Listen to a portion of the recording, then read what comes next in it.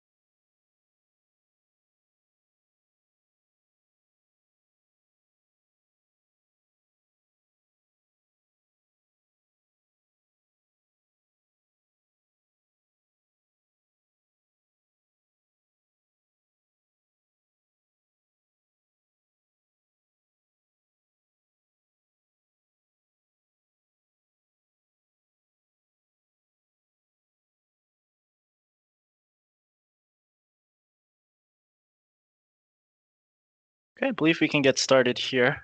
Good afternoon, everyone. So thank you again for taking the time to join us on our monthly dedicated locator member Q&A session. This is an open platform as a reminder again for all infrastructure owners to get monthly updates on dedicated locator program.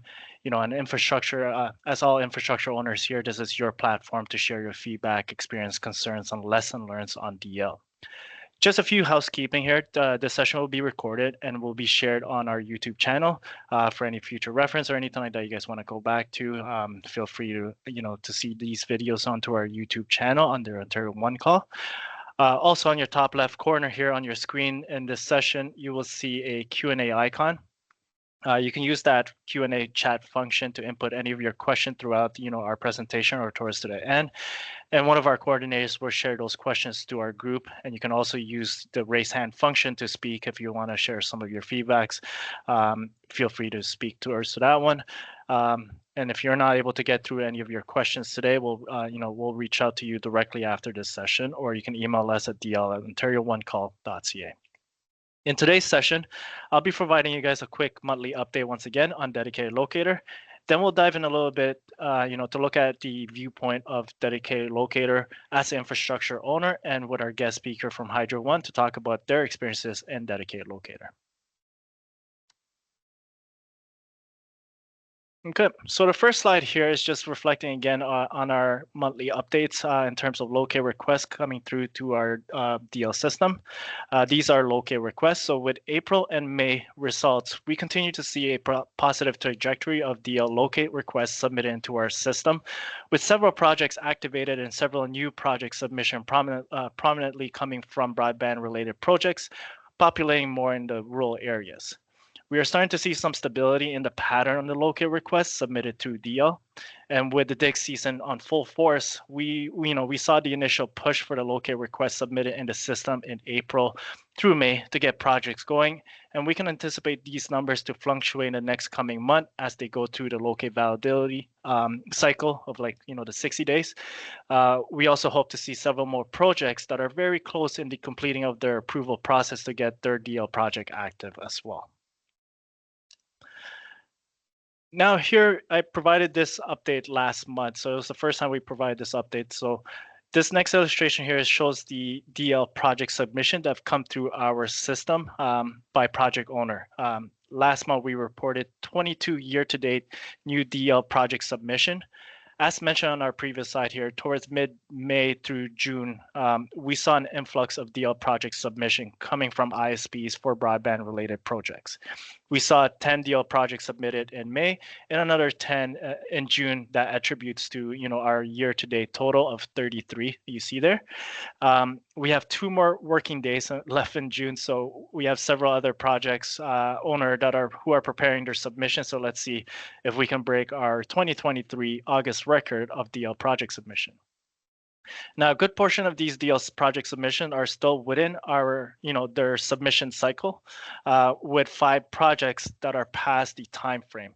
But we are still, seeing the progressive forward, working with the final pieces to get those projects up and running. And these are all for the 2024 projects we've seen thus far.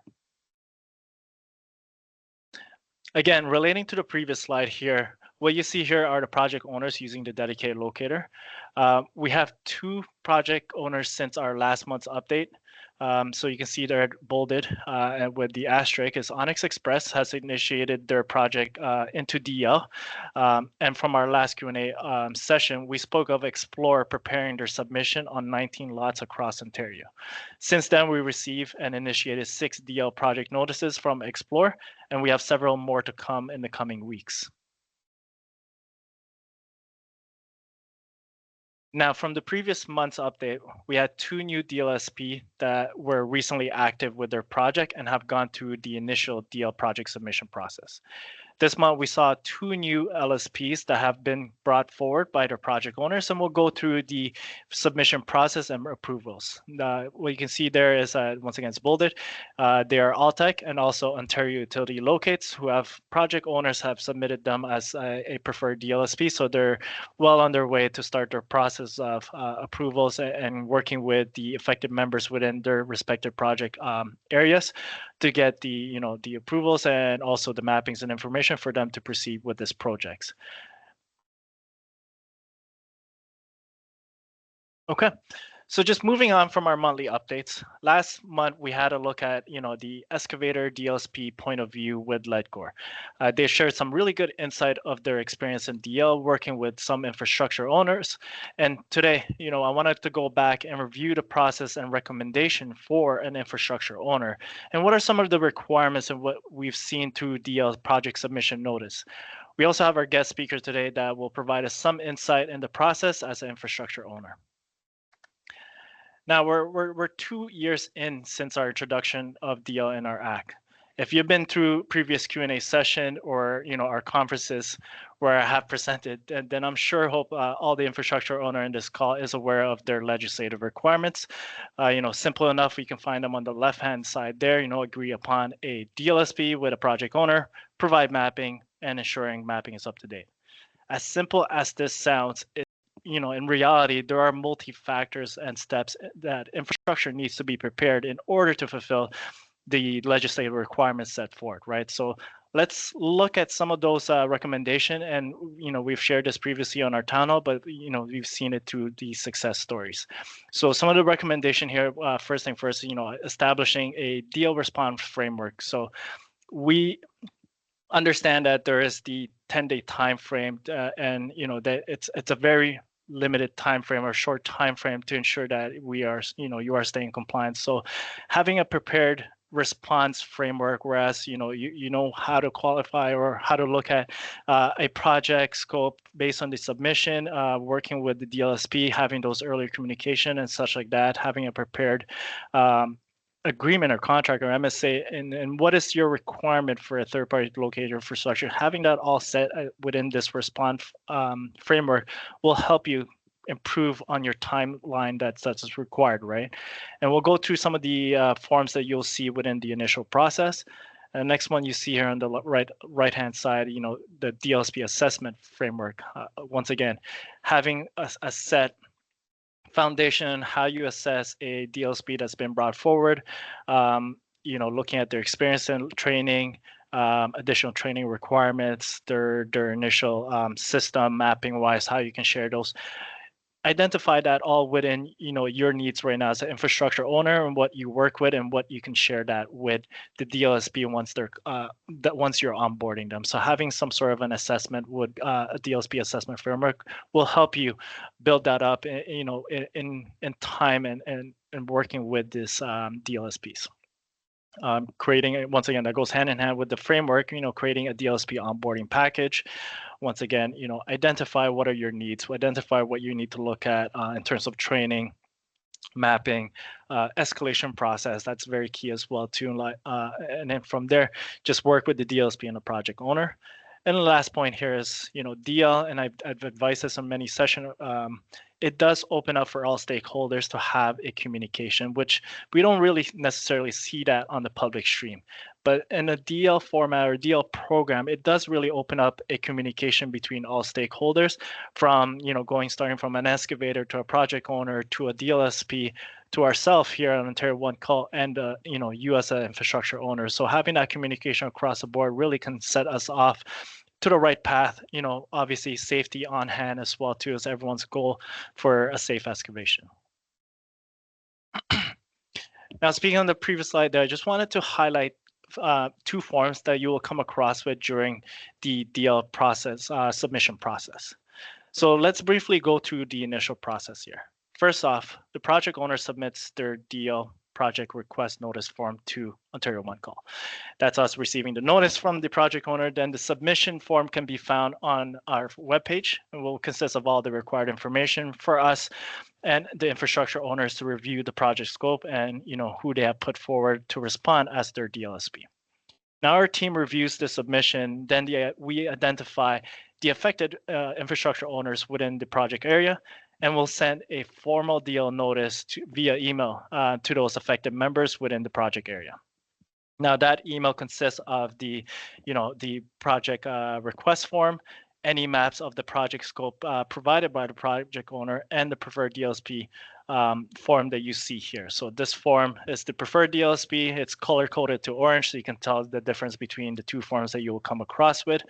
Now this form, when you receive it to the email notice from us, it is pre-filled and signed by the project owner. So this is a project owner already signing off on their selection or preferred DLSP that they're putting forward to you as an infrastructure owner.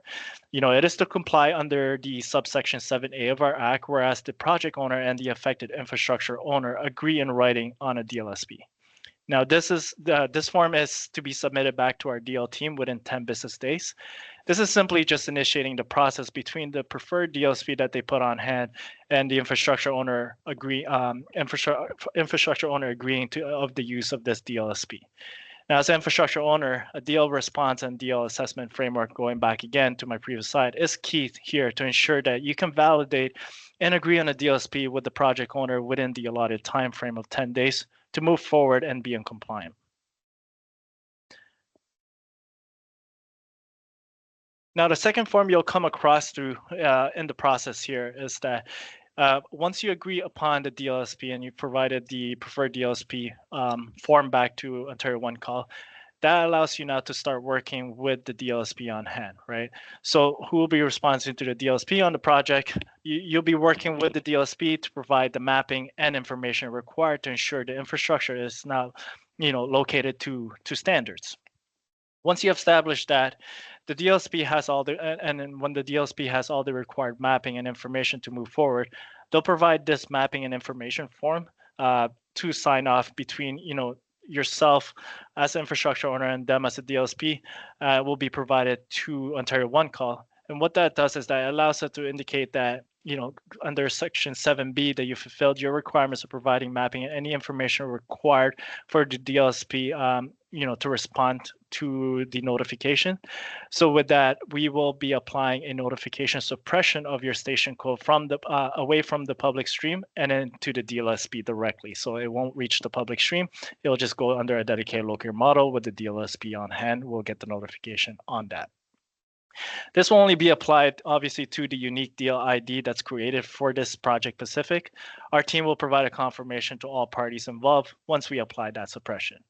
I want to note that although contracts and MSAs are best practice, it is also not a part of the legislative requirements. Therefore, it should not be affecting the legislative allotted timeframe within the DL project submission. So any of these sign-offs and such, we've seen some that have waited for contracts and such.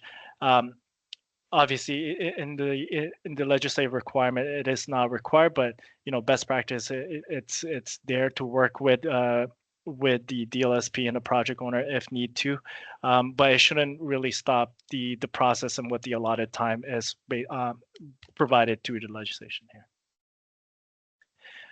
Now here, this is the optional form or last form that you may come across with.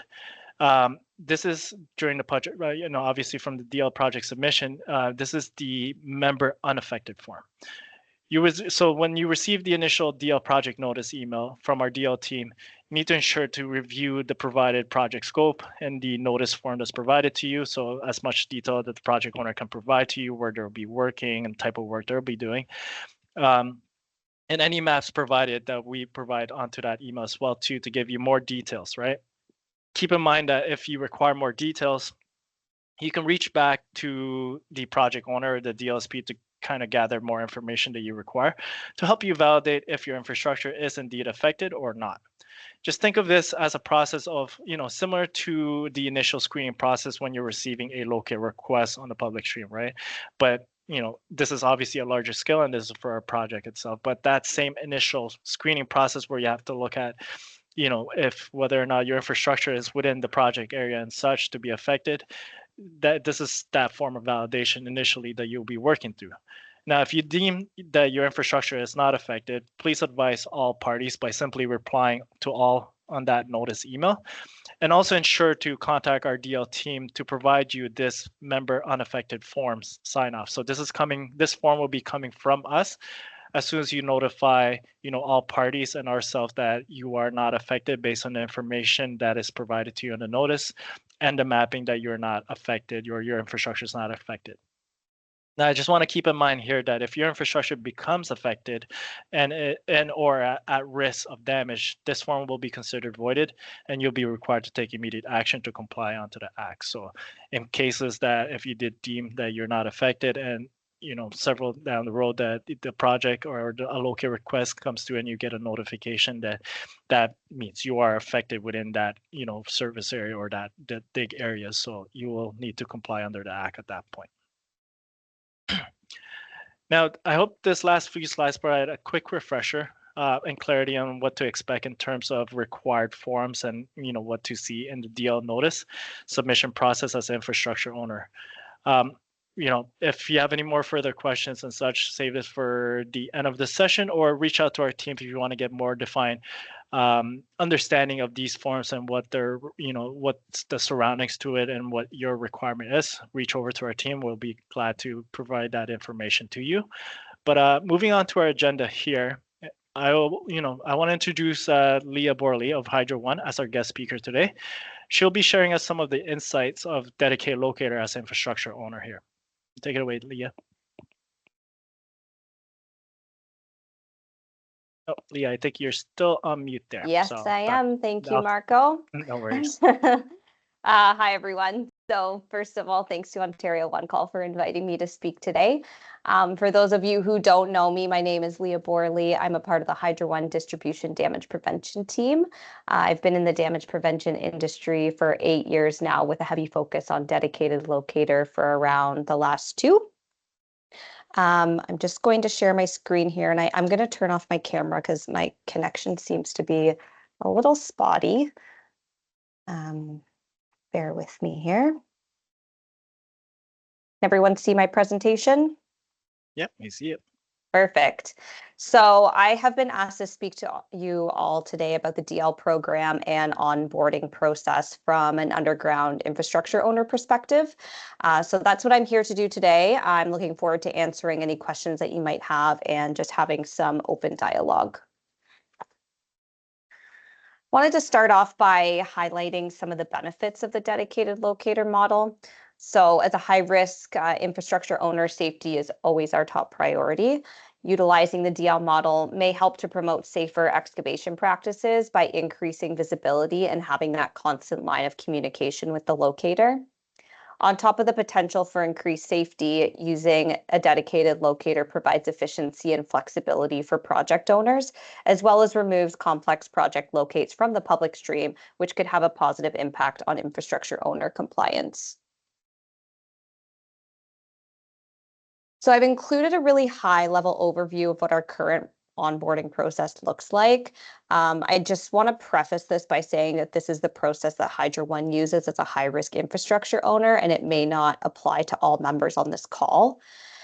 So the process typically starts with an initial conversation with the DLSP and or project owner to get a sense of the company, their structure, any upcoming projects, and to discuss the underground infrastructure owner requirements listed in the framework document. From there, the project owner would need to submit their project or regional notice to Ontario One Call, which would essentially kickstart the process. Once we've received the notice, we'll determine whether we currently have an active contract with the DLSP.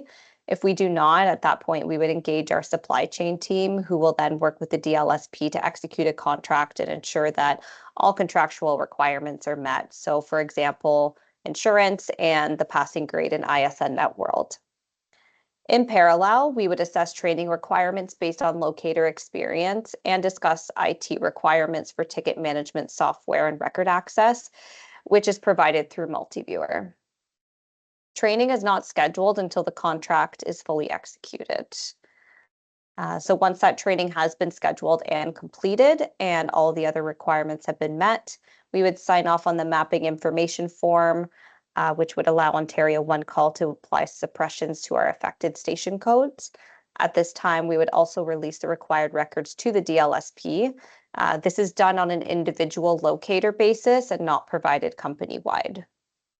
Once work is started, we ensure that a quality assurance program is in place with audit results provided to us for review on a regular basis. It's important to note that this process is still very new to us, and we continue to make adjustments to it as we learn. When receiving a project notice or a regional notice, there are a few initial items that I like to keep in mind. So the first one is my infrastructure going to be affected by this project?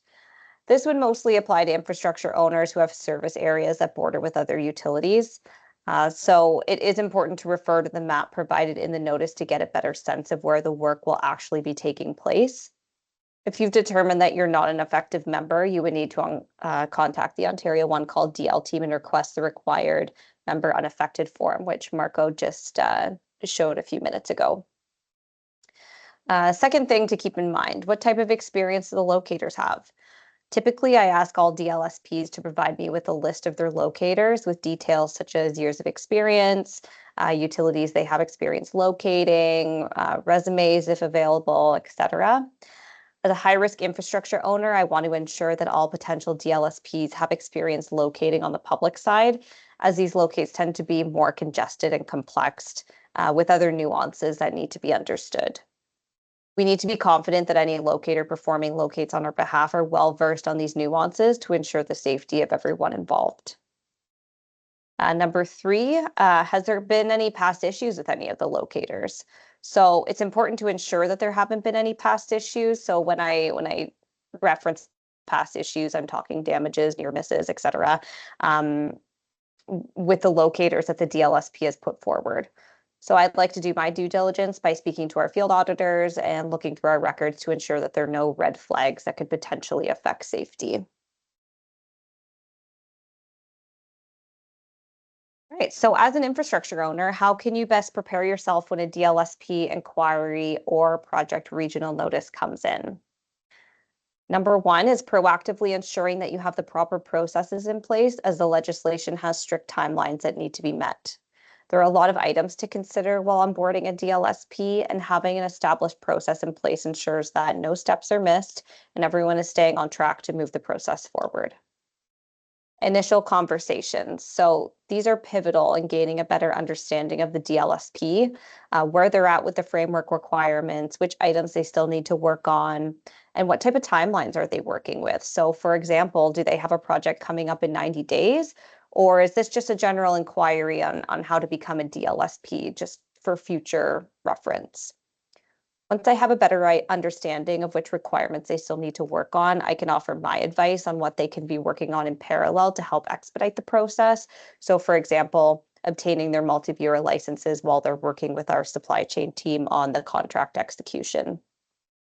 It's at this time that I also ask the DLSP to send me a list of their locators so I can start looking into some of the items that were mentioned on the previous slide.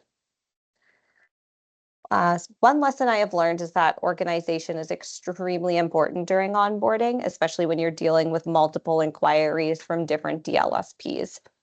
So using different tools and trackers. So for example, I heavily use SharePoint, will be extremely valuable. So you can see completed and outstanding requirements at any time to keep everyone on track and moving towards the common goal of getting the DLSP up and running. Number 4, constant communication with everyone involved will go a long way. This helps keep everyone on the same page and outstanding items on top of mind so nothing slips between the cracks. And number 5 is don't hesitate to reach out to your industry partners. If you have any questions on the DL process, what has worked for them, what hasn't worked for them, any best practices, etc. And it's just really all working together towards the common goal of making dedicated locator a success. That's all I had today.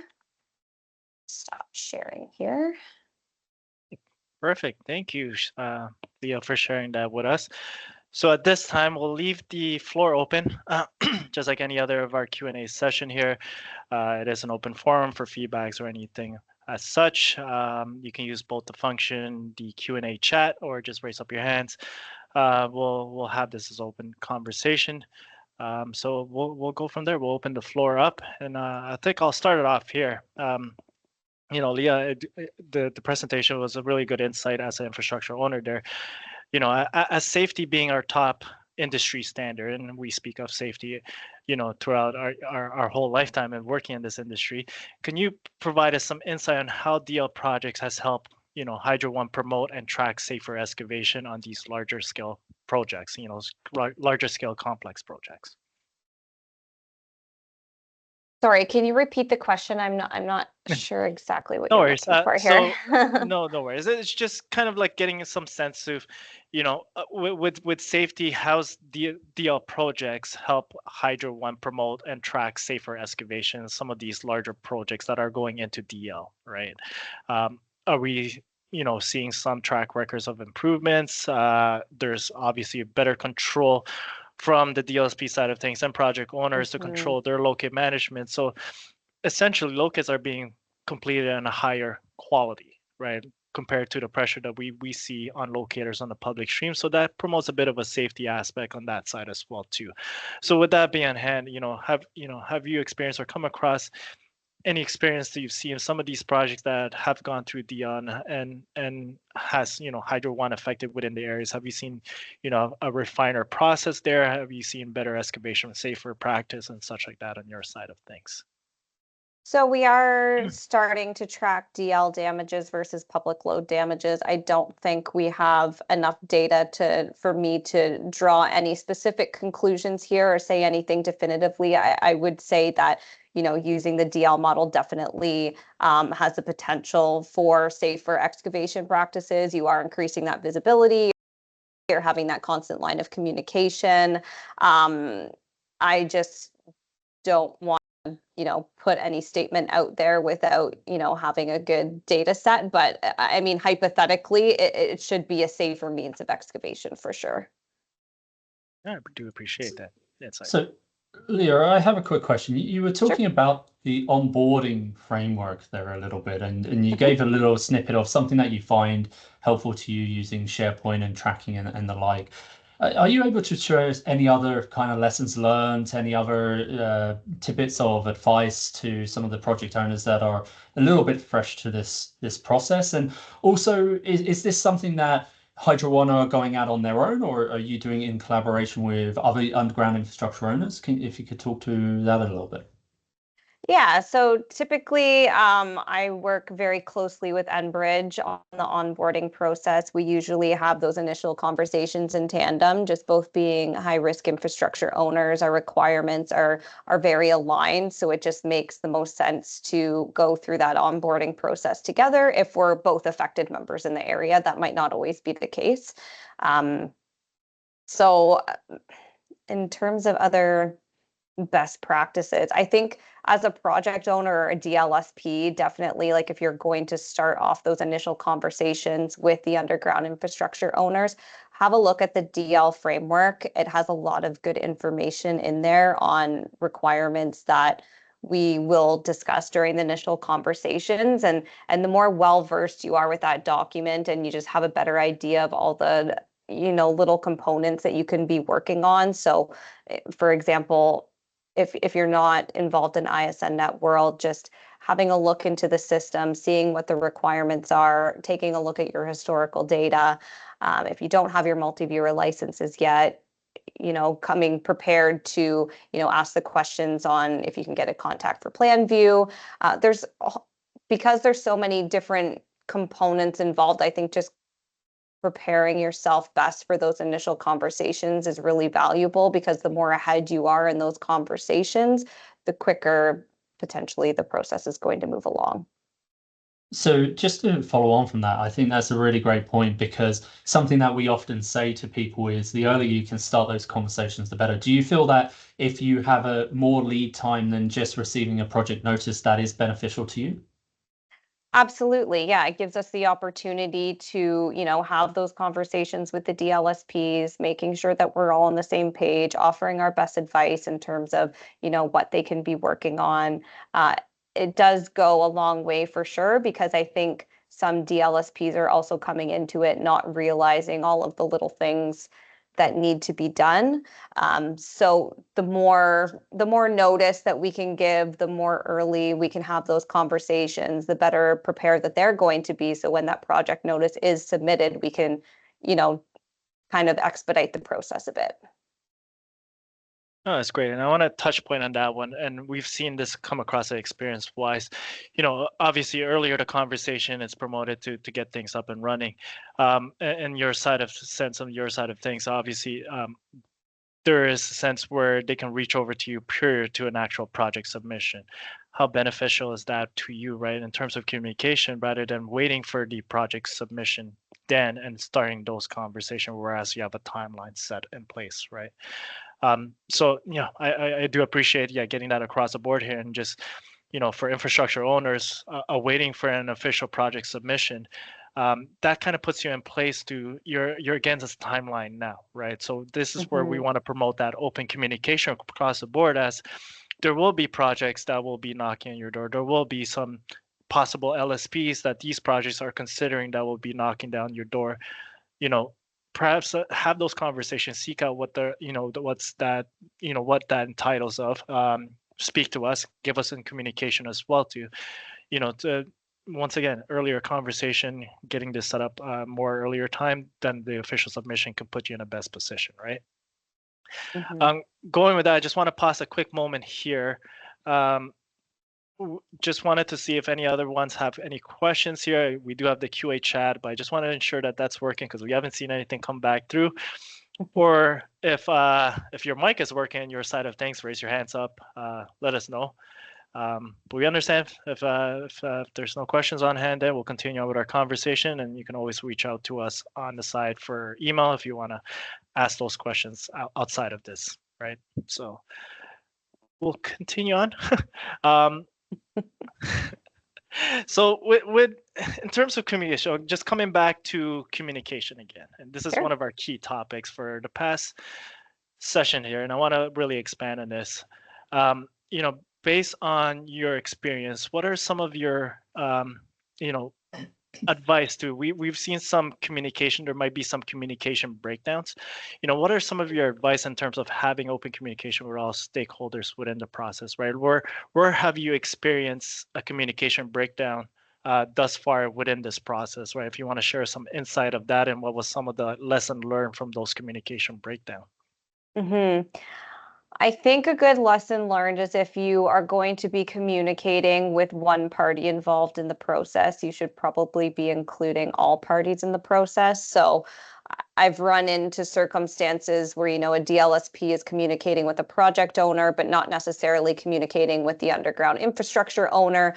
And so different conversations are taking place. There could be a holdup on the project owner side, but the underground infrastructure owner is still waiting on something from the DLSP, but the DLSP is waiting on something from the project owner. And, so that loop breaks essentially, right? So I think having that constant communication is important, but I think it's also important to ensure that all parties that need to be involved in that communication are on that communication, just so everyone is on, the same page as to where everyone is at in the process. I would say that's the the biggest takeaway for me, at least. Okay, so I see there is actually a question in the Q&A chat there. I think I'm probably going to actually answer this one, Leah. I think it's more directed at one call, but it talks Perfect. talking about telecoms and gaining compliance when there's the 100% written approval requirement for the use of the DLSP. And it should a township, I think that can it be expanded to any underground infrastructure owner, clearly declines the DLSP and essentially puts the project on hold. So this is obviously something that we do see, unfortunately, and it is something that we are here to help with. And the DL team especially should be one of the first points of contact. And open communication is really key here. One thing I tend to see myself is, in some of these escalations, the project owner doesn't really say too much until they feel it's already too late. So open lines of communications with the DL team so that everyone's understanding where the agreements or issues are so that we can approach that and have the appropriate conversations at the appropriate time. Let's not leave these things until they're a little bit further down the road. Even just having a bit of an open air conversation with all of the parties so everyone understands what their requirements are and what we need them to do, because sometimes that isn't always clear to some people that are new to DL. And DL, although it's been around for 2 years, we're still going into areas where they haven't had DL projects previous to now. And although we do these monthly webinars, we go to conferences and we talk to whoever will listen to us, but there's still a lot of people out there that haven't heard us talk about different things, and we're still trying to get out to as many people and have those conversations.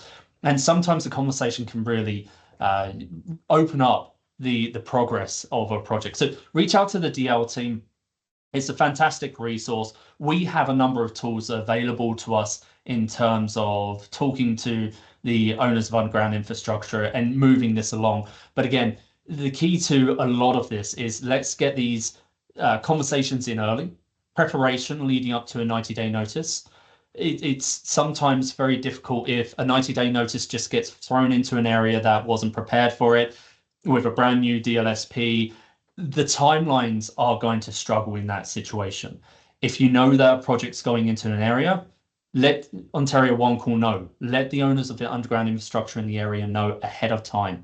Have those discussions so that as soon as the 90-day notice is submitted to One Call, then things should flow really easily at that point because everyone's set up for success. So communication and as much notice to everyone as possible is really quite a key part to seeing success here.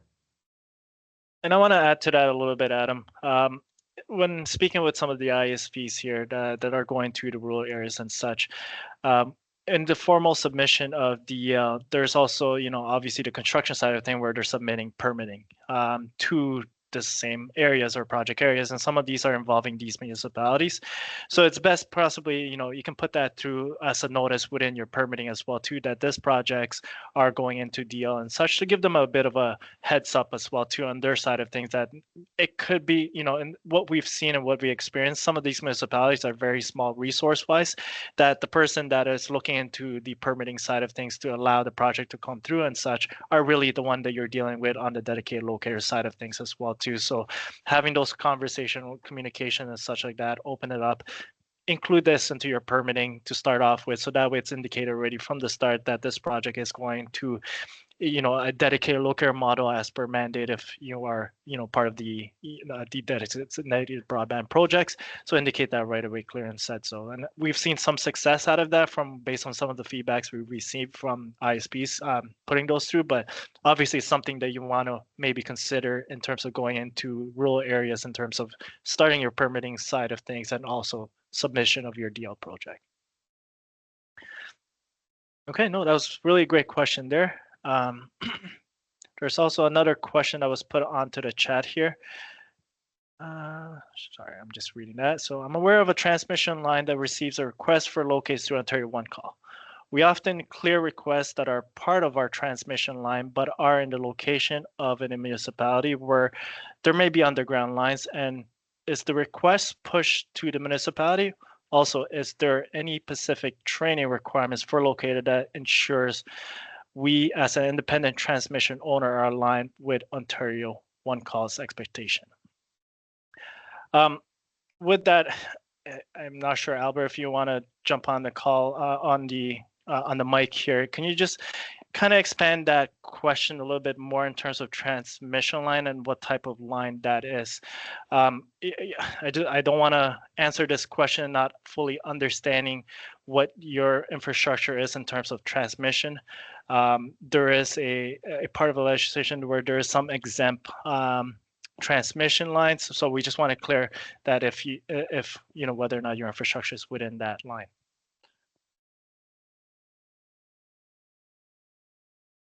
Okay, so I'll try to answer this as best as I can. Adam, if you want to chime me in as well too.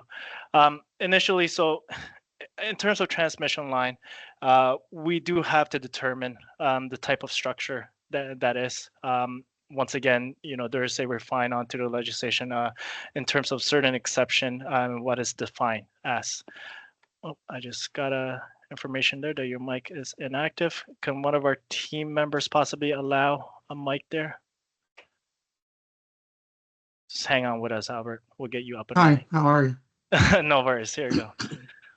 Yeah, no, it's just like from the standpoint of safety, right? Mhm. Like we have overhead lines on for a 115 kV line, but we also have ground lines, right? Where people may dig, right? And they want to make sure that they're not, approaching or there's any issues. But I see in the mapping of their locate, right? We will say, yeah, you're clear, right? But when I look at the map, right, you're in an area that's really has nothing to do with me, right? It's the municipality. And I was just trying to get clear. I just from the standpoint of people's safety, I just wanted to know when I say you're clear and they go and do work and they're injured and is you know what I mean, is somewhere else in the municipality, right? I'm just curious, does it get pushed over to them to make sure that the area that they're requesting is clear? You know what I mean? Because I don't go in residential areas and do locates, right? And the Yeah, so second part of the question is, I just want to make sure, like we train our guys, we have equipment, to do locates, but there is turnover, and I wanted to make sure, I don't know what the standard is, so that we are at least meeting the expectation for performing the locates. I hope that makes it clear. yeah, I think so. So I think in a situation when you're clearing because you have no underground infrastructure in the area of the dig itself, and so it seems like this is more public stream locates, but it can also apply to DL. But if you're clearing because you have no underground infrastructure in the area, then that's obviously the right thing to do because the dig isn't going to come into contact with your infrastructure. If there is other infrastructure in the area that you do not own, then obviously the owner of that infrastructure will be the ones responsible for getting the notification and completing those locates. So certainly I feel that by giving your clearance, that isn't a clearance necessarily for all hydro lines because there can be different owners in the area. And certainly when you consider as well street lights and different things like that, they do tend to get split out under different station codes and potentially different owners of the infrastructure. So you're not giving a clearance for someone else's infrastructure. And then when we're talking about locators and training, certainly the ORCGA does DPT training. And I know they're soon looking to release the new version of that training. That seems to be the standard for the industry as a whole. But generally, if we're looking at dedicated locator, then individual companies or the owners of the infrastructure may have member-specific training that will be required to be taken place as well. So that's something that would have to be discussed with the owner of underground infrastructure directly. Okay. Okay, perfect. I do appreciate all these questions. We'll move on a little bit here. I think we have a little bit more time here, so I'll question a little bit more to Leah to get some open conversation here. I just wanted to go back to the DLSP onboarding process that you presented to us there. Okay. Understandable that the industry best practice is to set some sort of a contract or master service agreement with a DLSP. Now, considering the legislation does not require a contract there, right? What are some of these steps can you advise the underground infrastructure owners to avoid any delays or comply within the allotted timeframes that is with a DL notice? And you're speaking specifically to contracts, or? Yeah, just how do we mitigate around two contracts itself, right? I know it's a best practice itself, but in terms of going to be in compliance with the 10-day and also the 90-day time frame to working with the dedicated locator, there could be some delays between contracts and back and forth MSA. How do what is some of your best advice to infrastructure owners in regards of situation where they wait off or solely rely on a contract before moving forward to a selection of DLSP or working with the DLSP in terms of mapping and information and such like that, right? So I don't really know if I can give my best advice, Marco, because we wait for our contracts to be fully executed before going to things such as, scheduling training and providing mapping. Having a contract in place with the DLSP, I think, as an underground infrastructure owner is important. I know for us, we engage our supply chain team, which I know is very helpful in getting the process moving. They're the experts in contracts. They deal with them quite often for a whole bunch of different things, right? So having them as a partner to really take care of that part of the process for us has been a huge help. And I do find that it really expedites the process. So I think if I were to give my best advice, it would be, if you do have a dedicated supply chain team or someone in your company that handles contracts solely, have the conversation with them and see if they would be willing to help take care of that part of the process for you. Because I think having an expert working with the DLSP on getting everything up and running will really help expedite that process. Yeah, no, I appreciate that answer there and your insight on that. Once again, getting things ahead of things, communication, prepared of contracts and such like that. That's all key to this. That's about it I have here. Any questions? We have about 10 minutes left onto our session here. Once again, if we don't come across any of your questions or you have any further question you want to take outside of this webinar, just please feel free to reach over to us.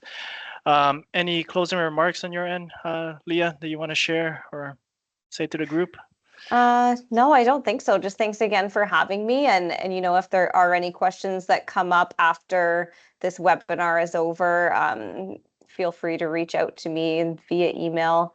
I'd be more than happy to set up a quick discussion and chat about my experience on the onboarding process and just some of the lessons I've learned and, what our best practices are. So if you ever want to pick my brain, just feel free to reach out and I'd be more than happy to have that conversation. Okay, perfect. Adam, do you have any final remarks there? No, I thank you very much, Leah, and thanks very much for offering assistance out there. I think certainly over the last couple of years, we've been having a number of different conversations, and you've got a lot of experience under your belt on this one. So I think you're a fantastic resource, and it's really great to hear that you're offering some advice out there if people have questions. So that's great to hear. Thank you. Thanks, Adam. Appreciate it. Before we actually leave off, we actually have one question. We have a hands up there. Hang on, just give me 1 second, Lyra. I'll try to give you a mic here. Or was that an accident? Okay. Well, Lyra, you can reach over to us if we missed that out from your side of things. But once again, I do appreciate, Leah, you for your time here. I can only attest to what Adam have said, with your experts surrounding DL. You've been there in terms of helping the industry kind of work towards speaking with other infrastructure owners as well too. And this is what this platform for. So yes, let's just, I appreciate everyone's time here, and we'll see you next month again. Thanks, guys. Have a nice day. Thanks. Bye bye now. Bye.